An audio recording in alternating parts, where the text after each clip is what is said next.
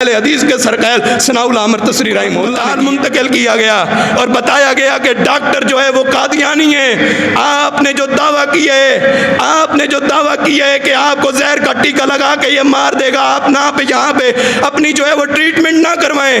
कहने लगे थे पहले यहाँ पे आने नहीं देना था, अब आ गया हूँ। अब अल्लाह की ज़ात पे इतना यकीन है जो मैं दिफाए ख़त्म नबूवत करता हूँ, एक का टीके ये कई टीके भी जहर के लगा दे, अल्लाह ताला मुझे मारेगा नहीं, क्योंकि अल्लाह ताला ने हर दौर में अपनी ख़त्म नबूवत को बुलंद रखा है, अपने पैगाम को, अपनी दावत को बुलंद रखा है। आज भी ख़त्म नबूवत जिंदाबाद है, कल भी ख़त्म नबूवत जिंदाबाद है, आज भी जिंदाबाद के नारे दुनिया के हर कूचे के अंदर, हर गली के अंदर लगते हैं, कुरान और हदीस की रोशनी के अंदर लगते हैं। और कल क़यामत के दिन भी अगर नारे लगेंगे तो मेरे और आपके पीरों मुर्शिद के नारे लगेंगे।